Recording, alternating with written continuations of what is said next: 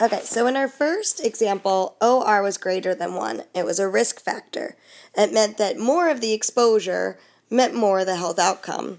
However, what happens when the health outcome was protective, aka when our OR, or an odds ratio, is less than, right, 0.01. Or in our case, in our second example, OR equaled 0.06, right? So those who had exercised had 0.06 times the odds of developing depression compared to those who reported no exercise. So in this scenario, what you're looking at is those who exercised decreased their likelihood of reporting depression, right? The people who exercise had less depression. And that's what happens when OR is less than 1. It means it's protective.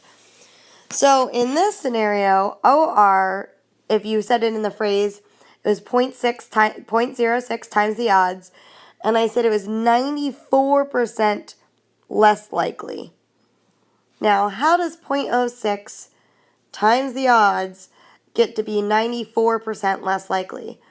Well, when it comes to numbers, when OR is less than 1, then we have to subtract it from 1. So rather than the other way that we did it last time, this time we're going to go, if OR is less than 1, you subtract from 1. So this time we would go 1 minus 0.06 equals 0.94. Once again, we need it to be a percentage, so times 100 equals 94%. Once again, it's protective. It's less than 1, right? If OR is less than 1. So this means we could say it is 0.06 times the odds. That is still a correct interpretation. It's 0.06 times the odds, or 94% less likely.